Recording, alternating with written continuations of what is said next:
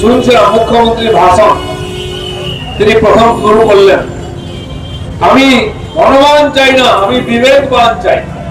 শুনতে খুব ভালো লাগে, সুন্দর সুন্দর কথা মাঝে মধ্যে বলেন, উনি বোঝেন কিনা আমি জানি না। বিবেকবান চাই, আচ্ছা বুঝে দেখুন তো টিএমসির মধ্যে বিবেকবান বলে কোন পদার্থ আছে? মমতা ব্যানার্জি থেকে শুরু করুন আপনারা, ভাইপোর কথা ছেড়ে দিন। কোন বিবেকবান বলতে পারে প্রধানমন্ত্রীকে হরিদাস পাল, দেশের গৃহমন্ত্রীকে হদল কুতুব? তার বিবেক, জ্ঞান, বুদ্ধি, মনুষ্যত্ব কি আছে আমি জানি না। তারপর উনি বিবেকের কথা বলবেন, বিবেক তো কোথায় থাকে জানি না, কার নাম বিবেক সেও জানা নেই। আমি বলি দিদি আপনার বিবেকবান কেমন লোক? আমাদের পাশের যারা বীরভূমে একজন ছিল, সে এখন বিহারের ভাত খাচ্ছে, কেষ্ট। তার বিবেক দেখেছেন আপনারা?